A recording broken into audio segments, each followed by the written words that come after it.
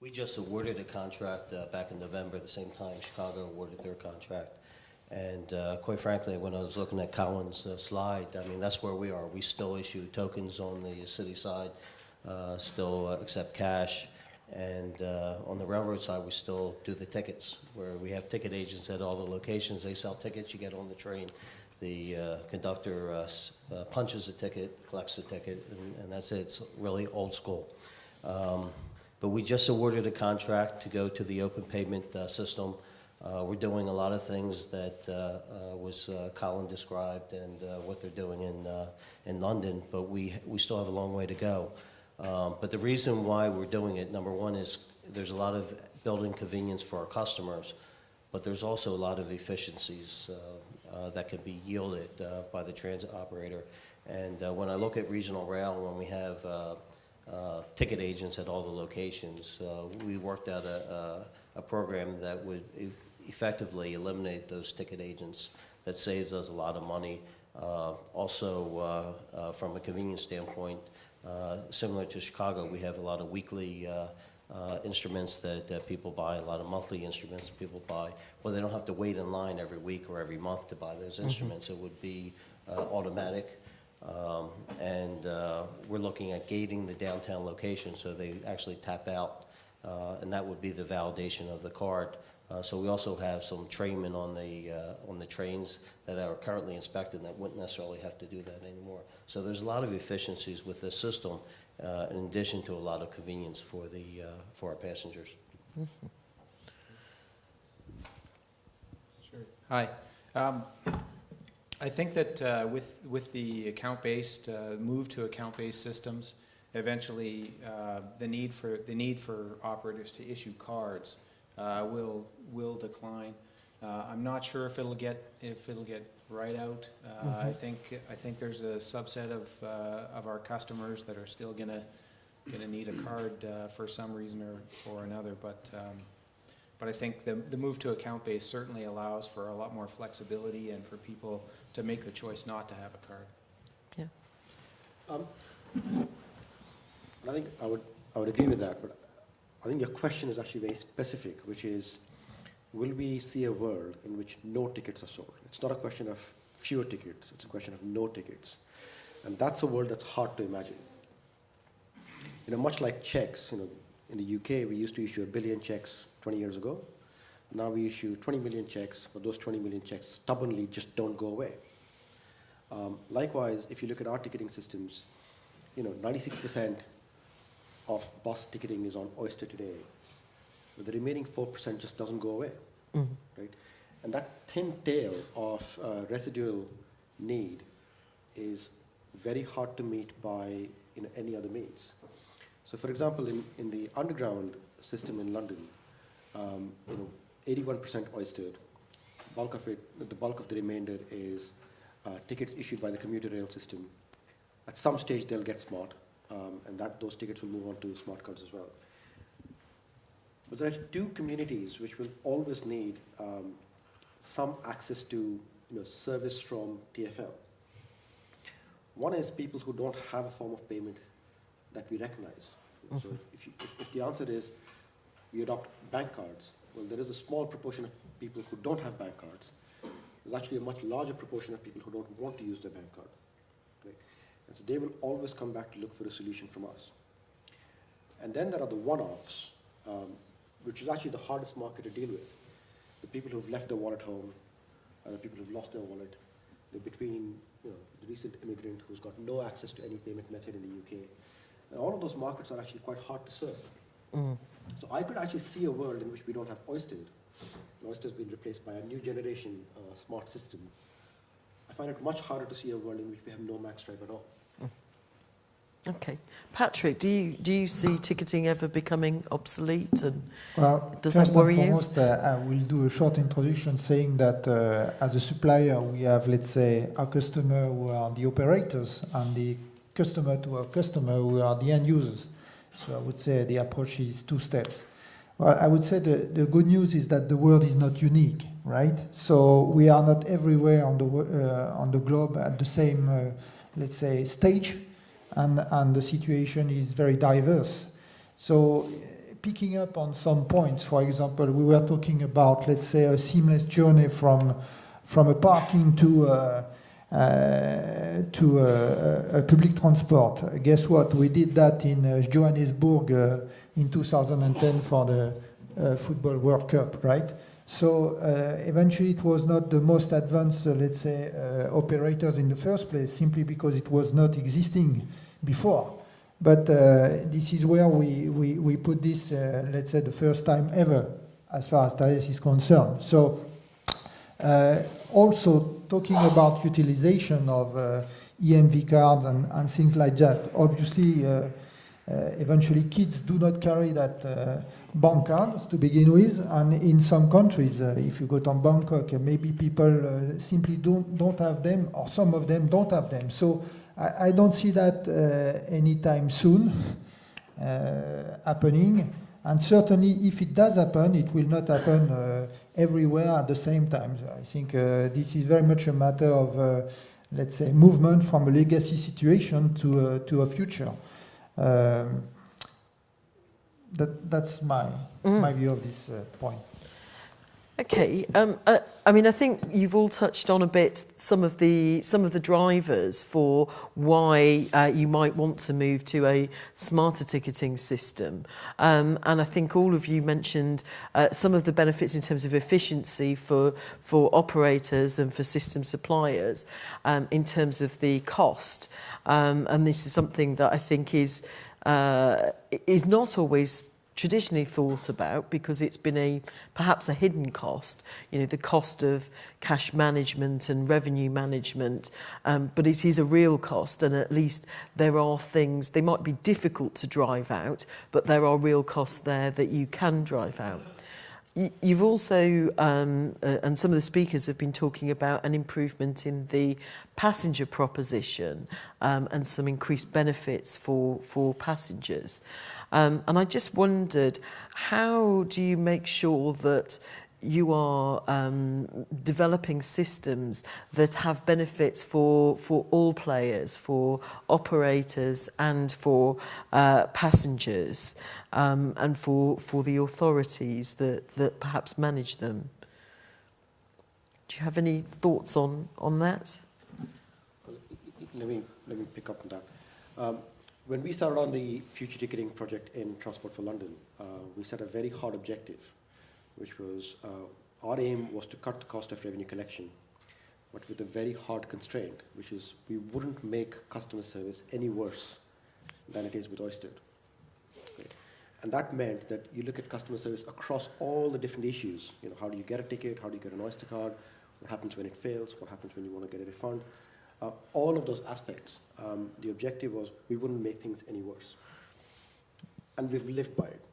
The design of our open payment solution delivers at least as good a solution as Oyster does today. Now, in the process, we deliver huge improvements along many of those threads. Not along all of those threads, but along many of those threads. So for example, there's a big improvement because you don't need to queue up to top up your card again. You don't need to get an Oyster card again. But setting the objectives and the constraints around this problem very clearly was critical to making sure that we weren't making things any worse to start off with, because that would be a bad place to be. But also making sure that we were using the opportunities where they became available to make things better. And things will become a lot better. I would just say our number one objective, because quite frankly, we didn't have the resources to invest in the system. The number one objective is to obtain operation savings. So we actually took a loan to advance our project that has to be paid back in 5 years. So I convinced my board that we would have sufficient savings within that 5 years to pay back the loan. Otherwise, we wouldn't proceed. So that's number one. But number two is we have an obligation to convince the customers that it's a benefit to them. And there's significant benefit to them. And I'll give you an example. I mentioned the weekly and monthly cards that we have significant penetration in right now. If a customer loses that card, they lose that value. Mm-hmm. If they have an account-based system, I can cancel that card and issue them a new card. That's a lot of value to the customer. And in addition, they don't have to wait in line and purchase it every week or every month. If they normally get a monthly card and for some reason either they're sick or they decide to go on vacation, they don't have to make a conscious decision to get the monthly card or should I get weekly cards for that month. We'll give them the benefit of whatever's cheaper for them. And if they're out sick, we won't charge them for that period of time. So there's a lot of benefits that we will be selling to our customers, and for the most part, I think they'll. We did a lot of focus groups, and for most part, they really look forward to the changes. Great. Patrick. Well, seen from Thales and based on our several experience, I would say that there is a layer, I would say, the political layer. There is a layer which is the operator layer, and there is a layer which is the end user layer. Mm-hmm. So there are situations where, let's say, sitting with one operator or, for instance, several operators together, we are working all together to find the right solution for the end user. And we did that in Netherlands. As you know, we've developed a system that is a nationwide in Netherlands that is covering 7 PTOs. We are currently doing the same thing in Denmark. So this is typically the case that we face, and we find our way together with the PTOs to find the right solution for the customers, although PTOs are different in the first place. There are situations where, in fact, our focus is more to serve only the transport operators, such as whenever we work on what we call business analytics, which is to do something with all the data accumulated, which is a combination of analytical technique to do something with that and to try to figure out what can be derived from this, let's say, piling up of data, which is very much something oriented towards, I would say, only in the first place, the operators. And obviously for the politics, I guess that the elections are always important milestones that we need to satisfy in order to make them happy. So to cut a long story short, I would say that there are some situations where we can converge let's say, the interest of different layers, and there are some situations where they are specific. So we deal on a case-by-case basis, I would say. Yeah. Just before I throw it open, so if you have got questions, I'll be coming to you in a second. I just wanted to pause a moment on the data question, because you've made play of it, Mike, in your presentation, and Shashi, you mentioned it. And I guess one of the things that we've been thinking about as the UK is getting increasingly smart is, do we really understand what we want to do with the data? Because there is potentially huge volumes of data that you could have coming through, which may or may not be entirely accurate, because of course there may be some data cleansing issues. But then even if we could get hold of that data, do we really yet know what we want to do with it and how we're going to do it? And I don't know whether people have had opportunity to think about that already and have any thoughts to share. Oh, I think this is a favorite topic. We've got more data than we can imagine. 14 million transactions a day on Oyster. If you travel around in the system, we know what you were up to. Over the years, I think the general aspiration that data is good is very widely held. But the question of what specifically you do with it is a more intricate question than people usually give it credit for. So for example, planning data. There's a huge talk that you can get planning data. Well, we had planning data before we had Oyster. It wasn't coming from the same sources. It was expensive to get to, and so on. But we had it. Over the years, the sort of things that we have learned are that, one, the Oyster data is much more granular in terms. If you just want to use it for planning purposes, it's much more granular than anything we had before. So that's one thing. The second is it's flexible. So on days when there are unusual patterns of demand, whether it's bad weather or there's a major outage or whatever, you can measure the impact of that compared to a normal day much more readily than we were able to do before. But those are kind of the mundane things that you can do. Those are things that are not very difficult to imagine. The more interesting things are, and this is the sort of stuff that we're getting into now. So the mundane stuff is, we used to do surveys before, we can replace them and move off into automated data. The more intelligent stuff is, when there is an outage, how does the system recover? Now, that's a question that's almost impossible to answer apart from asking the line controllers what they've been up to. But we can now measure what the customer impact is. If there's an outage right now, how long does it take before customer journeys go back to normal numbers, and journey times go back to normal numbers, and crowding goes back to normal numbers? Those are the things that customers care about. And that's the kind of analysis that we're now starting to do. So that's one side of using the database for operational purposes. There's then the use of the database for customer purposes, which is your journey today. That's sort of information that we can give back to customers. The journey that you just made, this is how it compares to what other people did. But also, because we know what you're doing on a day-to-day basis, the next time you're on the system, we can give you targeted information about what you're doing. And that's what we do right now. So anyone who's signed up with us gets an automated email every week telling them what's happening on the network, what parts of the network might be down because of maintenance. And sometimes it gets very granular. So if there are particular stations that are being taken out of service for maintenance purposes, then the people who use that station regularly, not everyone, but only the people who use that station regularly, get an email from us telling them something's going on. There's a lot to do, but the chatter around this is not sophisticated enough. Yep. This is actually a much more complicated problem than people give it credit. But there is a lot of value in the data. Just to supplement what has just been said, I would say that our view is that the range of possibility of utilizing this data is very large. You can see, it's just an example. Once you understand what is the real flow of people going in and out of the transport, let's say, system, then you can, if you are an investor, decide that you want to build your shop in that place rather than in that place, So actually it can be used by, let's say, external view than the mere transport aspect. Mm-hmm. This is the type of thing that you have to be thinking of. The view that we have in Thales, I guess it's just maybe some time of branding, but worldwide branding at that stage. We think that everything is integrated into what we want to happen as a smart city. Smart city make the city easy for the people. So yes, the transport is a subset of the smart city, and it is a subset. So I mean, as an end user, you want to do several things in your day.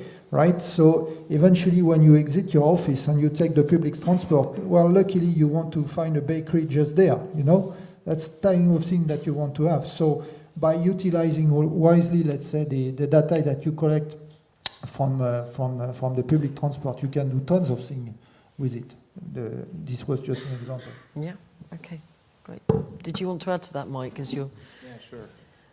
And I would certainly agree with what the other two gentlemen have said, and I would add to that I think that there is additional commercial value that can be extracted from the data itself in terms of marketing to companies who may want to give coupons to our customers based on when they're going in a certain location. I mean, they can already do that if the customer has a GPS-enabled smartphone and they sign up for that kind of a system. But it's a much more targeted way to do it. So that's really interesting. I'm going to throw it open to the audience. Was that a wave? No. Who wants to ask a question? Yeah.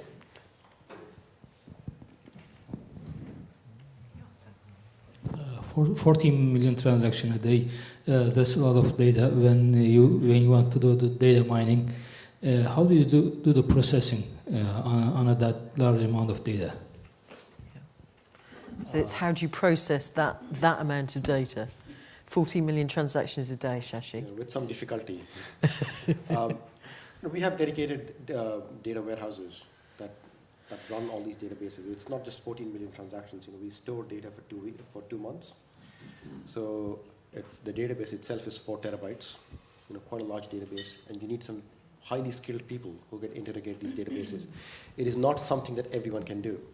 We use Oracle, we use business objects, and we have built over the years a large number of data mining tools ourselves that go around looking for patterns in the data.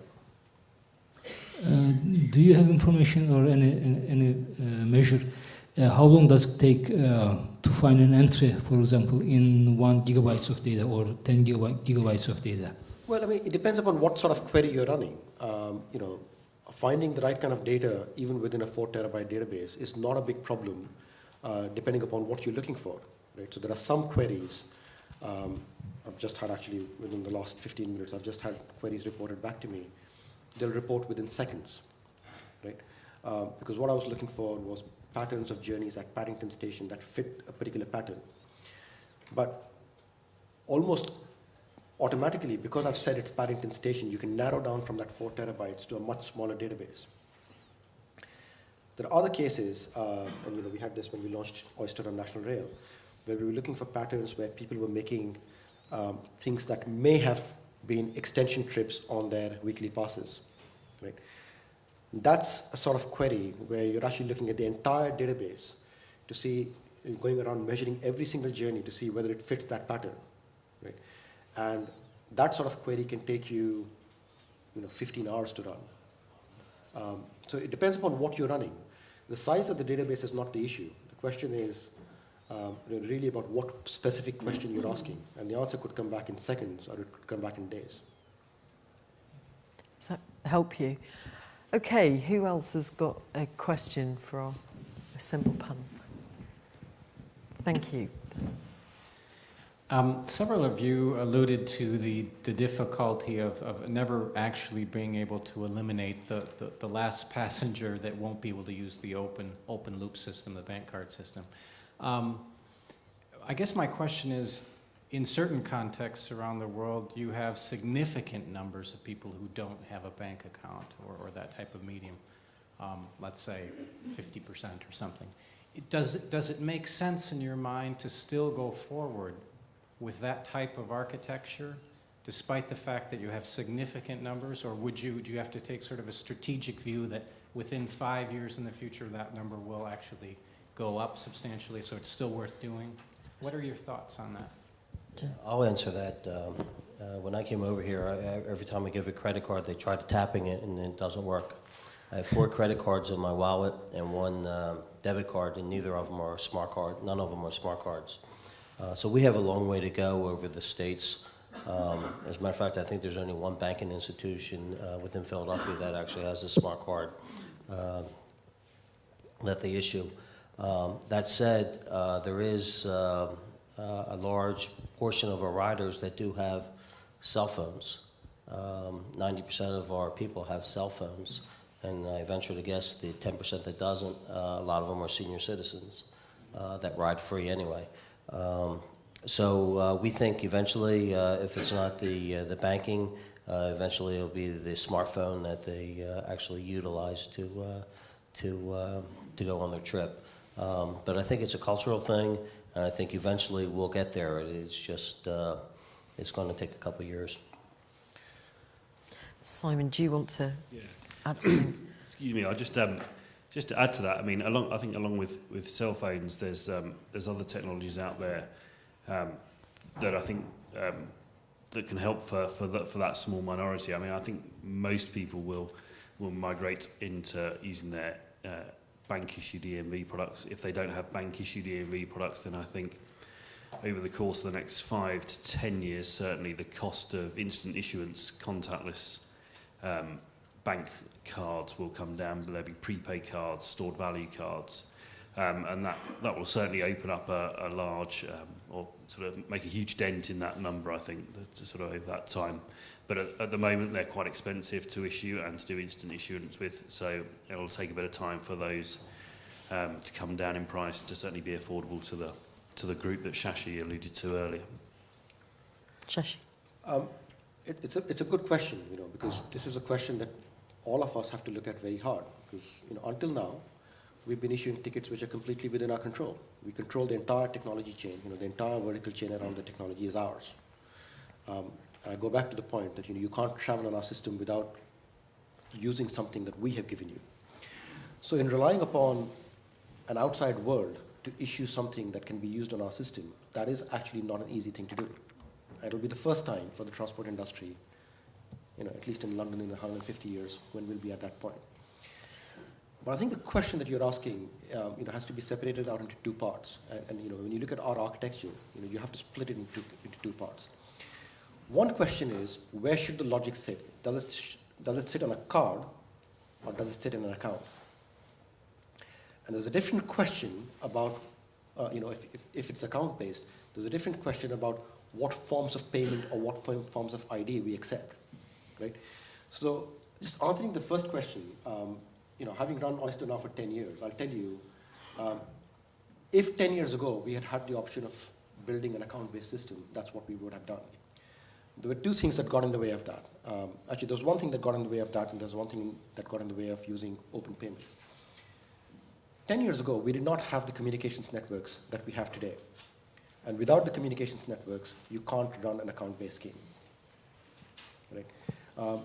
Our stations today still have communications networks from 30 years ago. They still deliver 9.6K bandwidth. We just could not run anything more than an Oyster card on that network.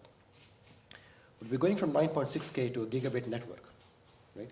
Which allows much more flexibility in the interaction between the front end and the back office. And that's what we're using to go to an account-based system.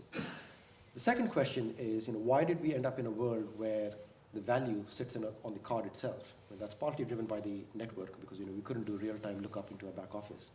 But partly also driven by the fact that we didn't have credit checks on the customers who were using the Oyster card.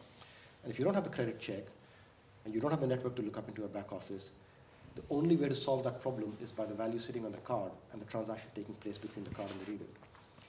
The beauty of bank cards is it's not our problem. The credit check's being done by someone else. But having said that, if I had the option of only running an account-based scheme and there were no bank cards at all, I would still do the account-based scheme. That's what 10 years of running Oyster has brought home to us. In the event, the UK is very advanced in contactless issuance, but our business case right now is driven by only a 30% penetration of journeys on contactless bank cards. The remaining 70% will be where they are today. Our business case stacks up. And actually, our business case stacks up if that number was 15% rather than 30. Everything else on top of that is an actual cost reduction. Okay, we have 10 minutes left before the room turns into a large, refreshing drink, and we all have to leave, sadly. Are there any more burning questions from the floor?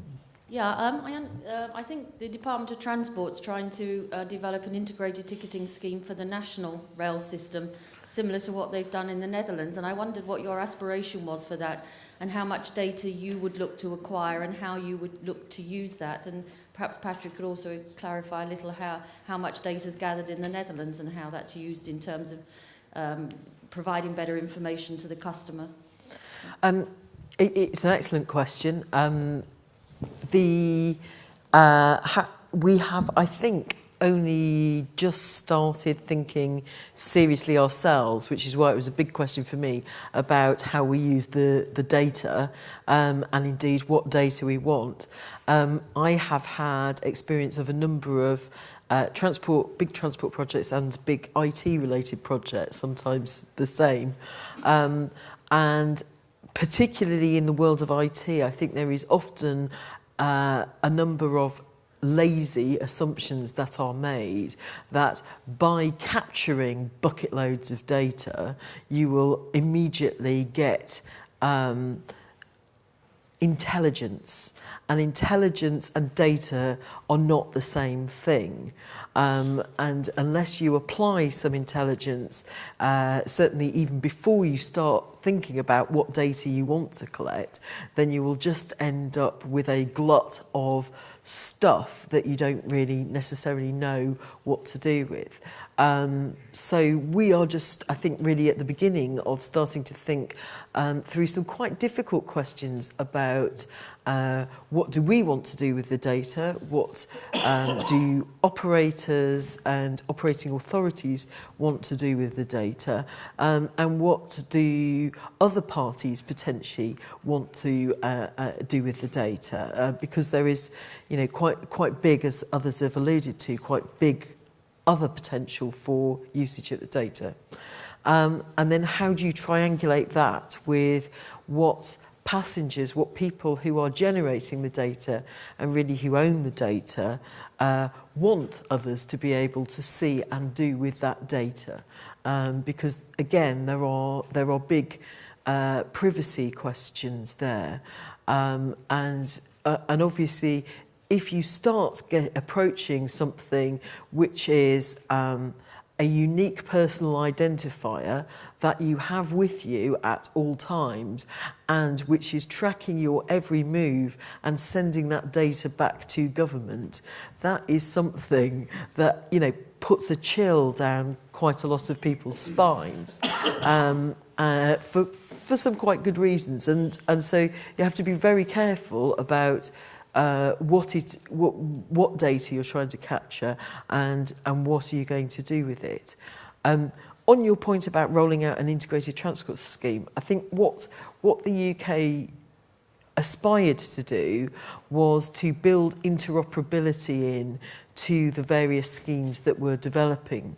And interestingly, I think at the time when that thought was first had, we thought that the best way of doing that was by having an open technical specification for ticketing. I think that there was a lot of merit to that thought at that time, but I do think things have changed quite a lot, and particularly as some of the speakers have noted, as you move to a system which is based more on accounts, you can have different types of access technologies, and you can get a bit less hung up about those access technologies, but you do still need to have some points of coming together, and so there's still a bit of thought to go into what those points of coming together are, which may be different for different views, because the point of coming together for a customer is obviously their account, but different operators may only need their account view of it. So there are some subtleties that we need to work through there. But Patrick, I didn't know whether you want to add to the thinking on. Yeah, what I can, let's say is something about the Netherlands, because I think that's an interesting reference. So first and foremost, in the Netherlands, you've got 16 million inhabitants approximately, so it is to be compared to the population of London. Second, the system that we have deployed nationwide is covering approximately 80% of all the transport operators nationwide, so it's equivalent to, I would say, 12 to 13 million. And the reality is that we have less than 14 million transactions a day with this system, certainly because the density of travel is not equivalent on the country level as it is in a city like London, nothing comparable. Now, the beauty for the end user is certainly that whomever wants to travel anywhere in Netherlands, starting from Rotterdam, taking the metro, and then taking, I don't know, the train from national train service, and then taking a bus, then taking back a metro in Amsterdam, the guy is going to utilize a single, let's say, ticket to do that. And this is really the beauty of the system, because it goes across all the transport, let's say, operators, and we've got obviously this clearing system that is allocating the payment to all of these guys. So at the end of the day, what is interesting for the end user, let's say in the Netherlands, is the facility to move across the country thanks to this unique system.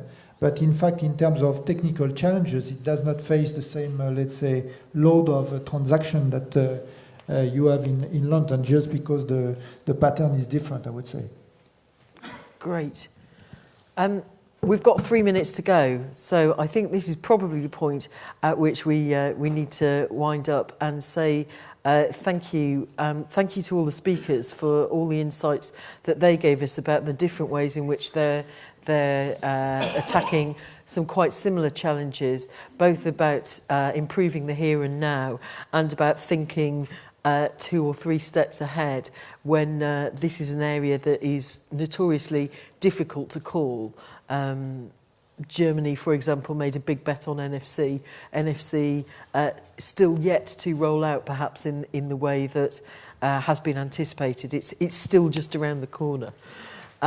And particular thanks as well to Joe and Patrick for joining us and adding so much to the panel debate. Does anyone want to make any final points before we round off? No, you've all said splendid things. Thank you very much for your time and attention.